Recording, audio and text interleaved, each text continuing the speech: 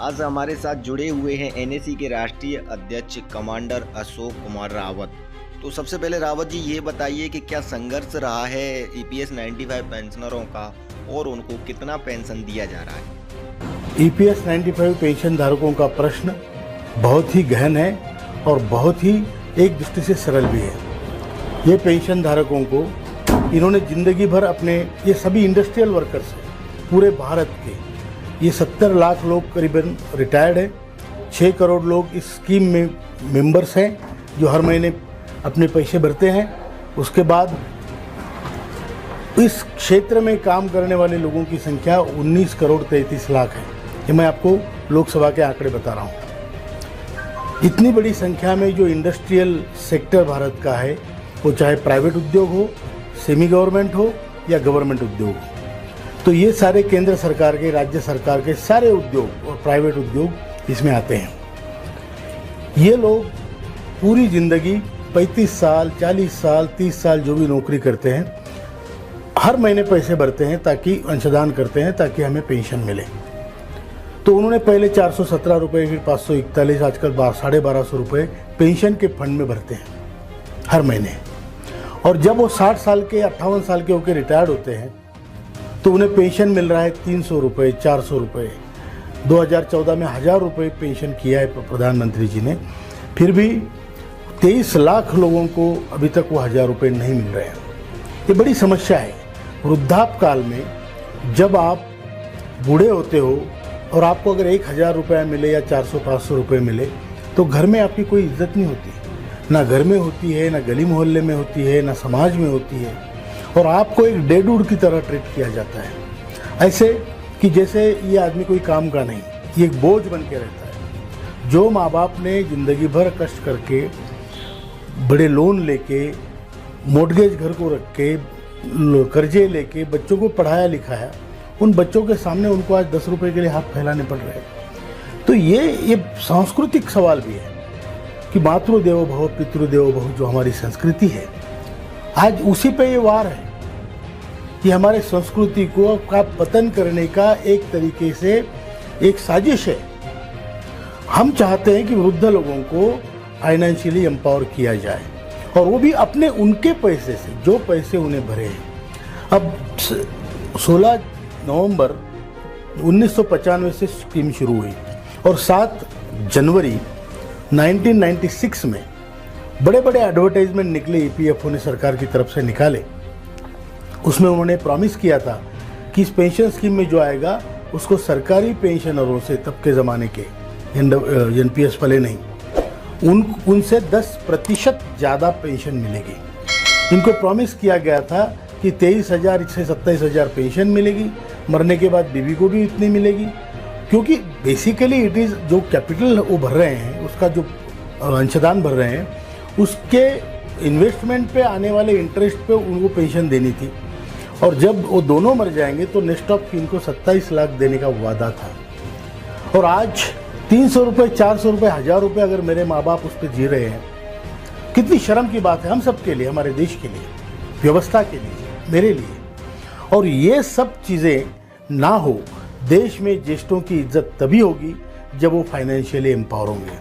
मैं ये नहीं कहता हूँ सारे बच्चे बदमाश होते हैं, लेकिन ज़्यादातर लोग कॉन्ट्रैक्चुअल काम पे कर रहे हैं। अब उनकी बीवियाँ हैं, बच्चे हैं, तो वो क्या करेंगे? वो प्रेफरेंस तो उनको देंगे और बूढ़े लोगों की तरफ दुर्लक्ष करेंगे। तो ये सारी चीज़ें सोच के ये, और दूसरी बात क्या है कि मतलब ये ऐसा नहीं कि हम भीख मांग रहे हैं या कुछ नया चीज़ मांग रहे हैं या कोई अनुदान मांग रहे हैं या ज़बरदस्ती कोई, ऐसा नहीं है।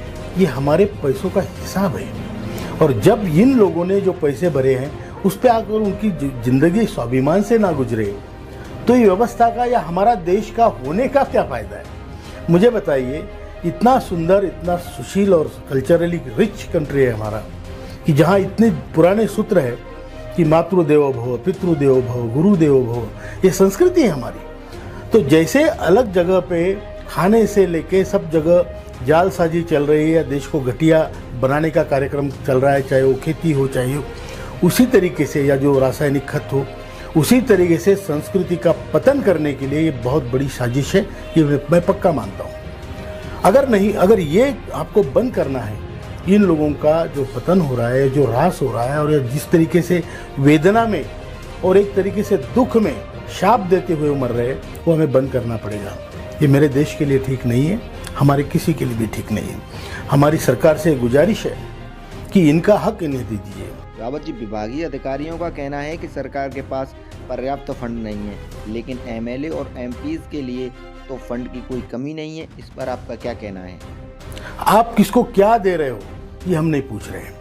हम ये नहीं पूछ रहे कि एमपीज को कितना पेंशन मिलता है, उनका क्या अंशदान है। हम ये भी नहीं पूछ रहे कि एमएलए को कितना पेंशन मिलता है, दोगुना मिलता है कि तिगुना मिलता है, उनका क्या अंशदान है, नहीं पूछते हम ये पूछ रहे हैं कि भाई हमारा पैसा जो गया। अब देखिए, इसका बिल्कुल सिंपल हिसाब है, लेकिन इसको इतना कॉम्प्लिकेटेड करके ईपीएफओ हर बार बोल रहा है। ईपीएफओ का हर बार कहना है कि हमारे पास पैसा नहीं। अरे भाई, जो आपके आंकड़े हैं उससे बताता हूं कि आपके पास आज की तारीख में 6 लाख करोड़ से ज़्यादा पेंशन फंड में पैसा है। दूसरी चीज़, हर साल आपको 90,000 करोड़ अंशदान मिलता है। इन दोनों का मिला के आपको हर साल 40 से 50,000 करोड़ ब्याज मिलता है, इंटरेस्ट। और आप इन लोगों को जो दे रहे हैं उसका हिसाब लगाइए, 1995 से लेके 2021 तक अब तक सिर्फ और सिर्फ 86,000 रुपीज़ पेंशन के तौर पे दिया गया है। मतलब आप कितनी कम रकम दे रहे हो। पूरे हिंदुस्तान में ईपीएस 95 पेंशनरों के पेंशन का अगर औसत लिया जाए तो 1170 रुपया है। आप मुझे बताइए, 550 रुपये अगर मैं आरडी में डालूँ, रिकरिंग डिपॉजिट में डालूँ और 30 साल 40 साल में रखूँ तो मुझे कितना रिटर्न मिलेगा? इतना सीधा हिसाब अगर आप कर नहीं सकते तो इतनी बड़ी यंत्रणा किस लिए है? ये सादा हिसाब है। 6 करोड़ लोग अंशदान कर रहे हैं, 1250 अंशदान है। आप हिसाब करो भाई। आप हिसाब भी नहीं करोगे, उसको तोड़ मरोड़ के बताओगे, सुप्रीम कोर्ट को अलग बताओगे, यहाँ अलग बताओगे। मतलब इनकी मनमानी जो चल रही है ईपीएफओ की, इसका तो हम धिक्कार करते हैं। दूसरी एक बात मैं कहना चाहता हूँ, एक ये फंड को चलाने के लिए एक ट्रस्ट बनाया गया है, उसको बोलते हैं CBT, central board of trustees.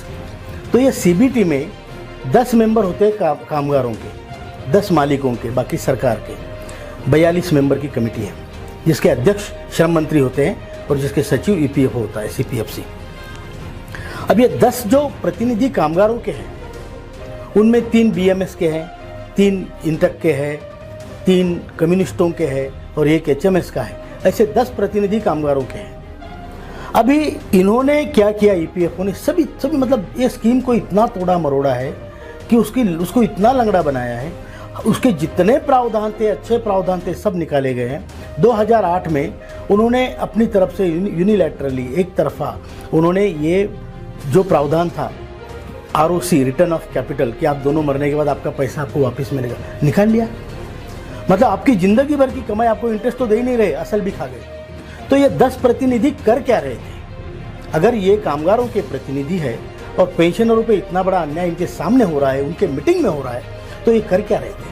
मैं सवाल पूछता हूँ सभी ट्रेड यूनियनों से, आपके होने का मतलब क्या है और आपके होने का मकसद क्या है? मैं जानता हूँ आप सब पॉलिटिकल एजेंडा लेके यूनियनें बनाते हैं। अरे कामगारों को कौन देखेगा? आप सिर्फ पॉलिटिक्स देखोगे क्या? और बिना कामगारों के, बिना लोगों के पॉलिटिक्स होगा क्या तुम्हारा? ये सभी, चाहे आप कम्युनिस्ट हो, चाहे आप राइट माइंडेड हो, लेफ्ट माइंडेड हो, मुझे उससे मतलब नहीं है। अगर आप कामगारों के प्रतिनिधि है तो आपका कामगारों का प्रश्न आपको उठाना पड़ेगा, एक साथ उठाना पड़ेगा। हर चीज़ में पॉलिटिक्स करना बिल्कुल जायज़ नहीं है, ये हमारा पूरा मानना है। और इसलिए हम, अगर हमारी मांगें पूरी होनी चाहिए, हमें आशा है। रावत जी, पेंशन बढ़ोतरी के लिए आपने किस तरह के आंदोलनों का रुख किया है और उनका क्या रिजल्ट रहा है? देखिए, इस सारे प्रोसेस में हमने कई आंदोलन किए, रामलीला ग्राउंड से लेके, गली से लेके, भिक्षा मांगो आंदोलन, अर्धनग्न आंदोलन, कई तरह के साष्टांग नमस्कार आंदोलन, कई आंदोलन किए। लेकिन रिजल्ट सिर्फ इसका इतना ये रहा कि आदरणीय प्रधानमंत्री जी ने हमें 2 बार मुलाकातें के लिए बुलाया। उनको हमने अपनी समस्या उन्हें बताई और वो भी भावुक हुए थे। उन्होंने भी कहा था ये प्रश्न जितने जल्दी हो सके इसका निर्णय होना चाहिए। उन्होंने अपने मंत्री, जो पीएमओ के राज्य मंत्री हैं डॉक्टर जितेंद्र सिंह, उनको भी बताया था हमारे सामने। आदरणीय हेमा मालिनी जी का हम बहुत बहुत आभारी हैं कि उन्होंने यह प्रधानमंत्री जी की मुलाकात उन्होंने 2 बार हमें करवाई। लेकिन ये 4 मार्च 2020 को पहली मुलाकात हमारी प्रधानमंत्री जी से हुई, फिर 5 अगस्त 2021 को हुई, उसका नतीजा नहीं आया है और इसलिए हम परेशान हैं। अब हमारा दुख ये है, कोई और चीज़ होती तो हम वेट भी कर सकते थे। यहाँ हर महीने 6000 पेंशनर मर रहे हैं, कोरोना में 2 लाख लोगों से ऊपर मर गए हैं। तो ये कब निर्णय कब होगा? लोग मरने के बाद। हम चाहते हैं हमें अपना निर्णय प्रधानमंत्री जी दें और हमें आश्वासित जो किया है वो आश्वासन पूरा भी करें। हम उनसे हाथ जोड़ के प्रार्थना करते हैं कि ये हमारा काम, ये ऐसा काम नहीं कि जिसको पोस्टपोन किया जा सकता है। नो, क्योंकि ये लोग मर रहे हैं, बूढ़े लोग मर रहे हैं और अपनी हालात से इतने बेहाल है, क्या करें। कोऑपरेटिव सेक्टर, जो सेक्टर पूरा पॉलिटिशियन लोगों ने खाया है, उसकी जो गंदगी है वो हम साफ कर रहे हैं, गरीब लोग। क्योंकि आपने ज़मीनें ली, कारखाने प्राइवेट को बेच दिए, मतलब अपना ही प्राइवेट, अपना ही कोऑपरेटिव, सब कुछ अपना ही है। और जो लोग बेघर हो गए, जिनको निकाला गया बंद कारखानों से, अब उनकी जो लड़ाई है, अरे खाने की चीज़ है, जस्ट सुबह शाम का खाना मिले 2 लोगों को। इसलिए हम 27,000 नहीं मांग रहे आपको, 7,500 और महंगाई भत्ता मांग रहे हैं। बहुत बड़ी बात है क्या ये इस देश के लिए? अपने बुजुर्गों के लिए इतना नहीं कर सकते हम? क्यों नहीं कर सकते? अरे इतना पेट्रोल पे बढ़ा रहे हो, 2 रुपए बढ़ा दो पेट्रोल पे, क्या फर्क पड़ता है देश को? लेकिन इन लोगों को सुख से, समाधान से, स्वाभिमान से बची हुई 5-10 साल की जिंदगी जीने दो और उनका मरण भी स्वाभिमान से हो, ये हमारा कहना है। देश के सभी नागरिक इस मूवमेंट को सपोर्ट करें। ये कोई पॉलिटिकल मूवमेंट नहीं है, हम किसी पॉलिटिकल पार्टी से नहीं है, एक सामाजिक फोरम है और इसमें हम सभी को न्याय दिलाने की पूरी कोशिश करेंगे। लेकिन एक बात जरूर है, वृद्धों का, ज्येष्ठों का आशीर्वाद इस देश के लिए भी जरूरी है, सरकार के लिए भी जरूरी है। इनका शाप न देश को बचा पाएगा न सरकार को बचा पाएगा। रावत जी, पेंशनरों की क्या क्या मांगे हैं और कितनी मांगे हैं? हमारी 4 मांगे हैं। मांगे कुछ बड़ी नहीं है, जायज मांगे हैं। पहली मांग है 7,500 और महंगाई भत्ता, ये मिनिमम पेंशन हो। दूसरी मांग है जो ईपीएस के निवृत्त कर्मचारी है, जो ज्येष्ठ नागरिक है, ईपीएस के अंशदान के जिन्होंने किया है, उनकी बात कर रहा हूँ, उनको अच्छी मेडिकल सुविधाएं दें और उनके स्पाउस को भी, मतलब मियाँ बीवी दोनों को अच्छी मेडिकल सुविधाएं मिलनी चाहिए। तीसरी मांग है, जो एक्ट था इसका, जो स्कीम थी, उसमें लिखा हुआ है कि जो आदमी पूरे वेतन पे पैसा काटना चाहता है उसको हायर पेंशन, मतलब पूरे वेतन पे पेंशन मिलनी चाहिए। ये पहले से लिखा था, बाद में इन्होंने निकाल दी वो चिट्ठी। फिर उसके लिए कोर्ट में लोग गए, कोर्ट ने निर्णय दिया। 4 अक्टूबर 2016 को पेंशनरों के पक्ष में कोर्ट ने निर्णय दिया है, सुप्रीम कोर्ट ने, कि इनको ये हायर पेंशन, क्योंकि वो ज़्यादा पैसे भर रहे तो ज़्यादा पेंशन मिलना वाजिब है।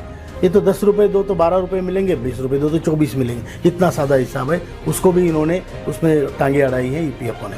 तो कोर्ट ने निर्णय दिया। हमारा कहना है जो ईपीएफओ ने इंटरिम एडवाइजरी करके या कुछ उसमें ब्यूरोक्रेटिक हर्डल जो डाली है उसको निकाला जाए और सुप्रीम कोर्ट का निर्णय हायर पेंशन के मामले में लागू किया जाए। चौथी हमारी मांग है कि ये स्कीम, देखिए, पूरे इंडस्ट्रियल वर्कर्स के लिए स्कीम है। 19.33 करोड़ इतने लोगों के लिए स्कीम है, उसमें से 6 करोड़ मेंबर बने हैं। बाकी लोग इसके मेंबर इसलिए नहीं बने क्योंकि मालिकों के हक में ये जाता है कि इनको मेंबर ना बनाए। ईपीएफओ भी उधर कुछ पाकेट लेके उधर देखते नहीं है। ये सच बात है, मैं कह रहा हूँ आपको। कई लोग करप्शन में पकड़े गए इस मामले में। तो इन लोगों की सोशल सिक्योरिटी नहीं है क्योंकि इनको मेंबर नहीं बनाया गया, उनकी वजह से नहीं, व्यवस्था की वजह से है। तो इसलिए उनको या तो एक्स पोस्ट फैक्टो मेंबर बना के उनको जो सहूलियतें बाकी लोगों को है उनको दिया जाए, या फिर उन्हें प्लेन 5,000 रुपये महीना एक दिया जाए, क्योंकि कई राज्यों में तो वृद्धापकाल की पेंशन 2,500 से ऊपर है। और फिर उन्होंने कुछ नहीं किया, इन्होंने अंशदान किया है भाई। तो जिसने कुछ नहीं किया उसको 2,500, पुलिस के कुत्तों को 3,000 पेंशन है। मतलब ये आयरनी है, विडंबना है ये हमारी व्यवस्था की। इसको करेक्ट करना चाहिए। हमारा सरकार पे विश्वास है कि ये हमारी मांगे वो पूरी करेंगी। मैं इतना ही कहना चाहता हूँ और आप सबका सहयोग इसमें चाहता